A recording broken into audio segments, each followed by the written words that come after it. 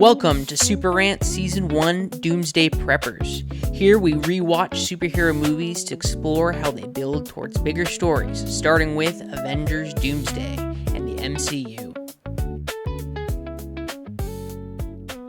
Welcome to Super Rant. This is the podcast where we watch superhero movies and talk about them. My name is Kevin. I'm the lead writer for Screen Rant. And I'm Brian. I am happy to be here. This week we are talking about X-2. That is the second X-Men movie. What year was it? Did it come out, Kevin? 2003. 2003. Yeah, so this was definitely a fun one to watch. 100%. Out of the three original X-Men movies, out of the trilogy, this one is without a doubt my favorite. Yeah, easily my favorite as well. I think it's the most well done.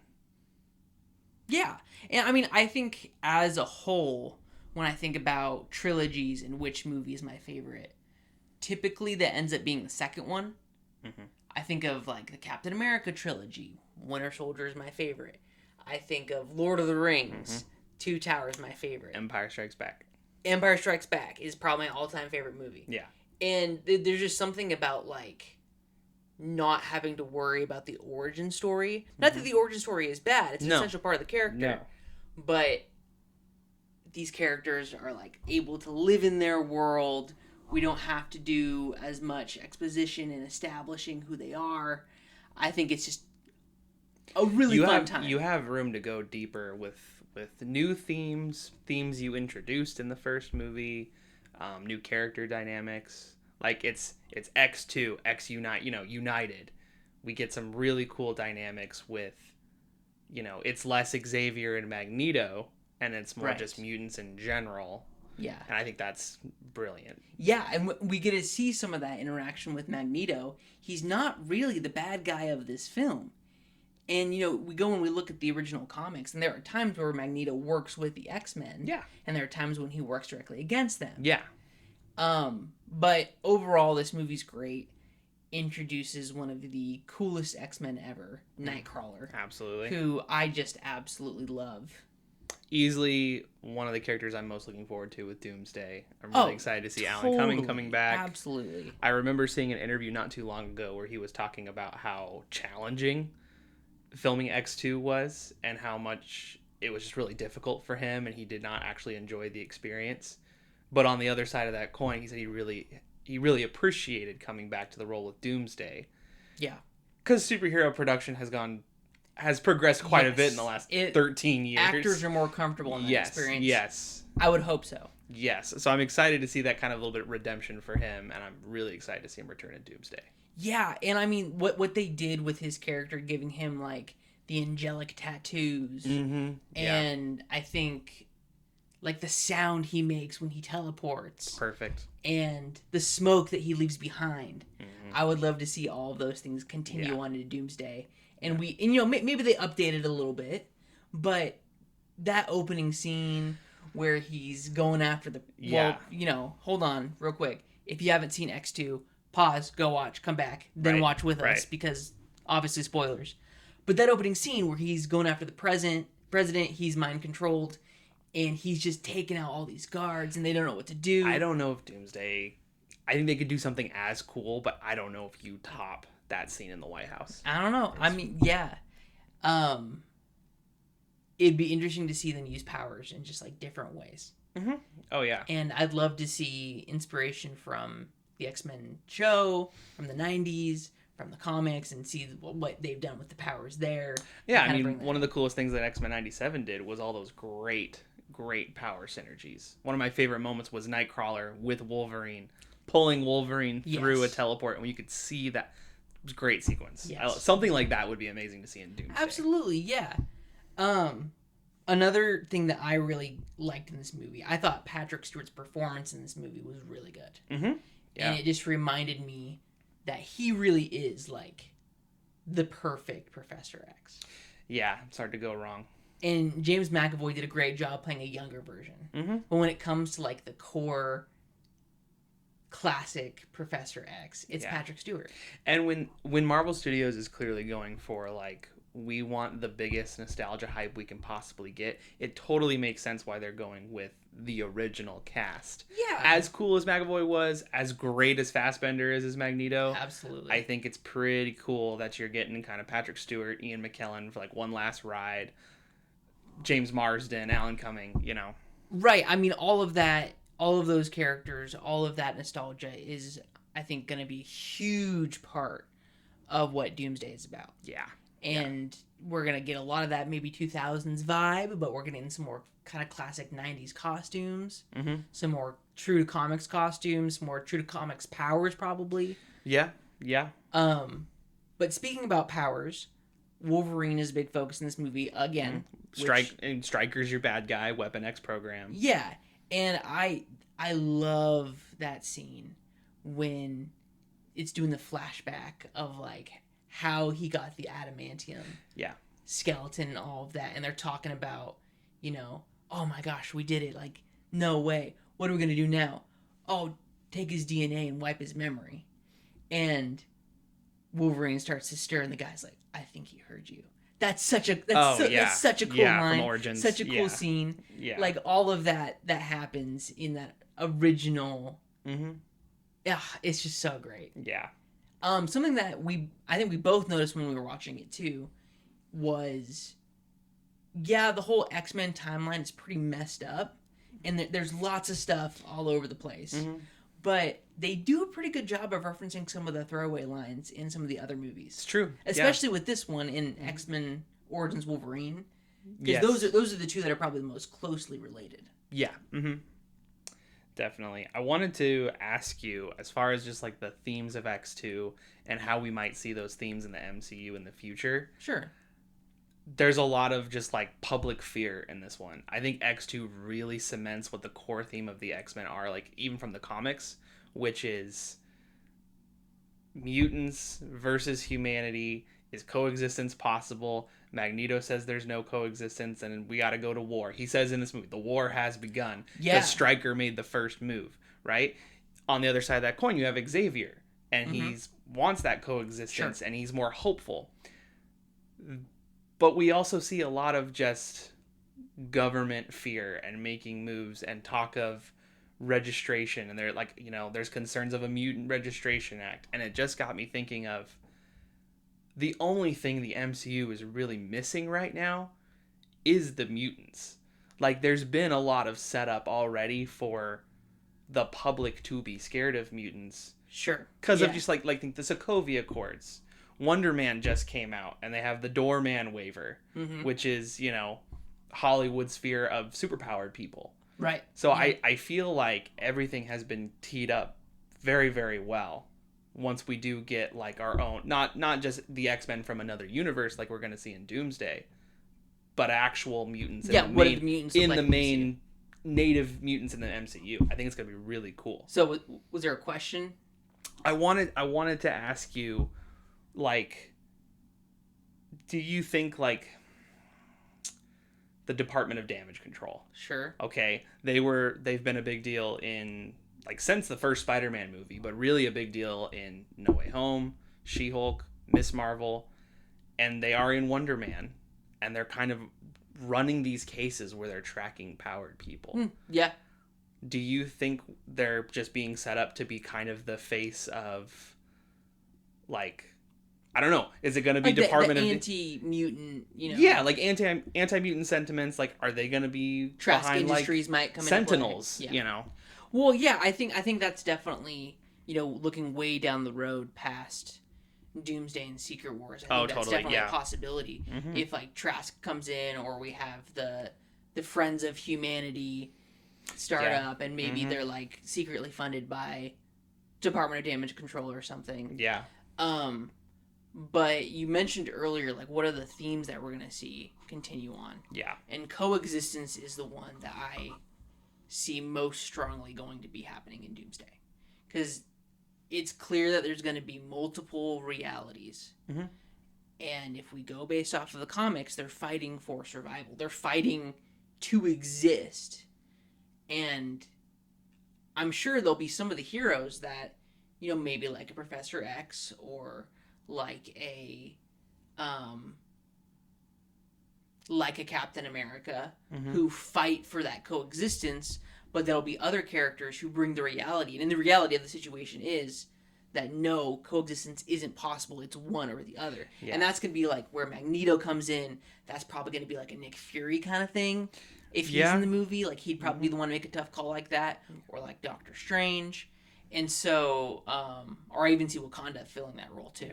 Well, the tricky thing with mutants is just it's such a wide range of superpowers, and it's such a massive amount of like unpredictability. Right, and that's the thing. Which is what's exciting. They talk about, I know a girl who can walk through walls. What if she just walks into the Oval Office? And the whole point was that when you have such a spectrum of superpowers that are so unknown, that you can get into people's minds, that you can control the weather, that you can, even shoot laser beams from your eyes. Yeah. There's that fear of, okay, how am I going to be exploited in the midst of that? Which I think is a very natural human fear, but the way that it plays out in the X-Men and probably coming into the MCU proper with this superpower prejudice that we're already seeing is, okay, I am just a normal human being. I don't get that privilege of having powers. And yeah, we've got characters like Captain America and Iron Man who, they're my heroes. They earned their powers in a sense. Mm-hmm. Iron Man built his armor. Captain America earned the super soldier serum. Mm-hmm. So yeah, I get why I don't have powers and they do. But why does this random person, why are they just born with them? They don't deserve those powers. Yeah, what are they going to do with those powers? How are they going to, they don't have great responsibility. They're just normal people who take advantage of other people. Yeah. And so that's where that fear comes into play. And that's where people, we get Stryker in this movie. Mm-hmm. And his whole thing with his son is that it's a disease. It's something to be feared. It's something to be eradicated. Yeah. You need to get rid of it. Yeah, I mean, even going back to Nightcrawler. An attack on the White House is exactly what the people are fearing in the MCU right now. Is something of that big scale where someone with superpowers decides to take matters into their own hands. Well, let's talk about Captain America Brave New World. That the whole thing with, is it Isaiah Bradley? Mm-hmm.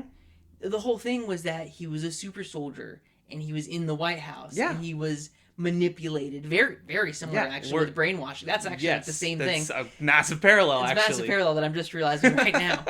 But it's interesting that is a similar parallel because it's kind of the same The MCU is so primed and ready. I'm so excited.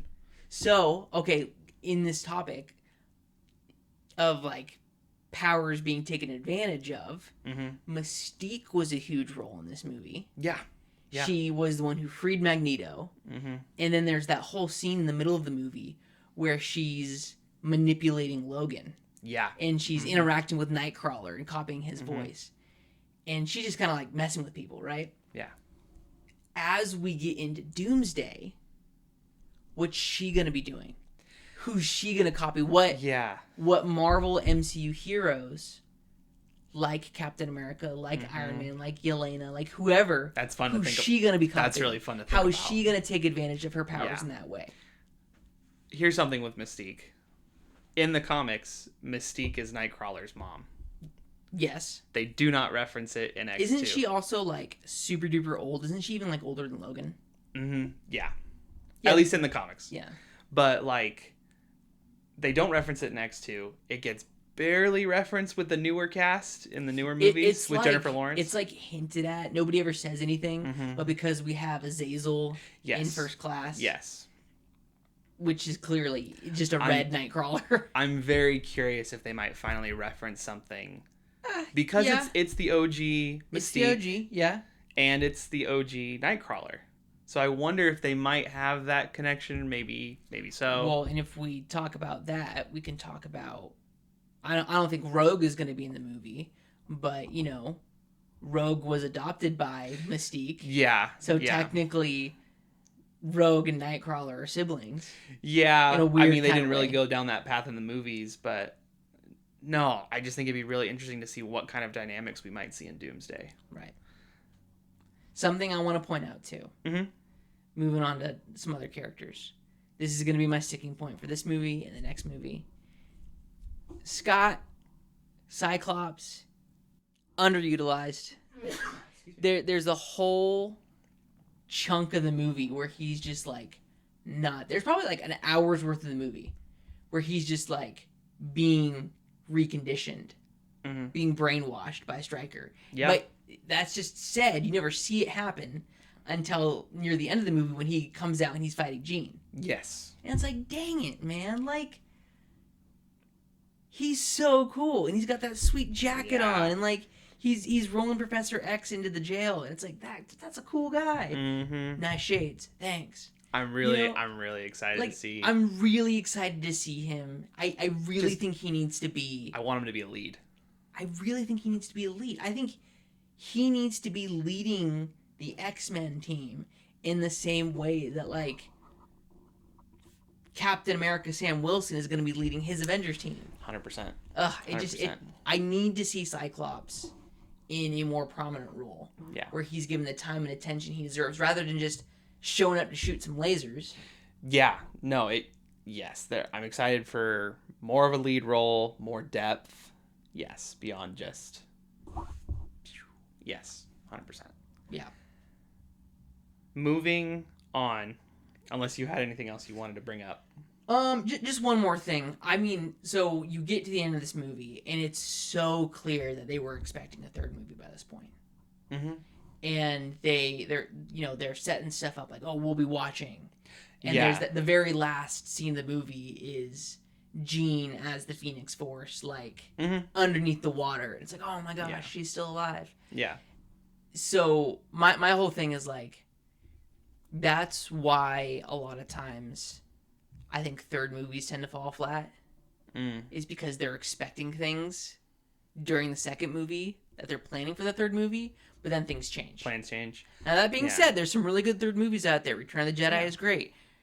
Return of the King is great. If somebody's returning, it's probably a good movie. But yeah. We'll talk about this next week, but X-Men 3, X-Men Last Stand, it's got a lot of issues. It's got a lot of things going on. That said, there are things I'm really excited to talk about with Last Stand. Great new character introductions. We get more time with Colossus, which is really cool. Yes. He was in the movie for like 2 seconds in X-2. Yes. So I'm looking forward to the third movie, but this movie, I think, struggles with the fact that it was meant to be continued. And it does continue, but maybe just not in the way that they were initially expecting. Yeah, I don't think so. But yeah, I'm excited to talk about it next week. Okay. That'll be fun. Okay. Moving on, just to talk about a little bit of new stuff. Absolutely. Wonder Man just came out. Wonder Man was fantastic. I absolutely loved it. If you haven't watched Wonder Man, go watch Wonder Man. Please. It's all available right now to watch. Easily one of the most unique MCU shows. Yeah. I think one of the most character driven. Well, it's so unique amongst the Marvel universe. Yeah. And unique amongst the Disney Plus shows as well. Yes, and I think the nice thing is that it is actually very similar to Andor in the sense that the typical franchise, like, things you might expect are actually kept in the background. In favor of a more unique story. There's only, I think, 1 or 2 big action sequences, and even then they're not big action sequences. And yet the show was still super entertaining. The show was so good. It was so awesome. I just love the fact that Ben Kingsley's whole journey from 2013 with Iron Man 3 as the bait and switch false Mandarin, which at the time was ridiculous. And I really didn't like. But looking back, this show makes me look back on that with fondness now. Yeah, because you get the bait and switch. He then leads that one shot, All Hail the King, which if you haven't seen, it's on Disney Plus. Please watch it. It's absolutely hilarious. He then becomes a supporting character in Shang-Chi, and they reference all the Mandarin stuff with the real Mandarin. Which is wild. And now he's this amazing co-lead in Wonder Man. And that crazy third journey, like... Well, and I mean, it's crazy. Simon Williams is really great. He has some really awesome. And what's the actual actor's name? Yahya Abdul-Mateen II. He did a phenomenal job. He So good. was a powerhouse in this show. Crazy good. And good. if you go and you look at our watch list, we'll talk about all of this more in detail. Mm-hmm. Way down the line, probably in December. Yep, it's added to the rewatch. But it was good. It was really good. Yeah. And I'm bummed that they didn't advertise it as much as they have for other shows. They did some fun stuff, but yeah, they've only really started at the beginning of January. There was a couple things here and there leading up to it. Yeah. And they've been hitting it hard since the beginning of January. Mm-hmm. But they just haven't had a little lead time. And for instance, I think the Doomsday teasers kind of took the spotlight. They did take the spotlight.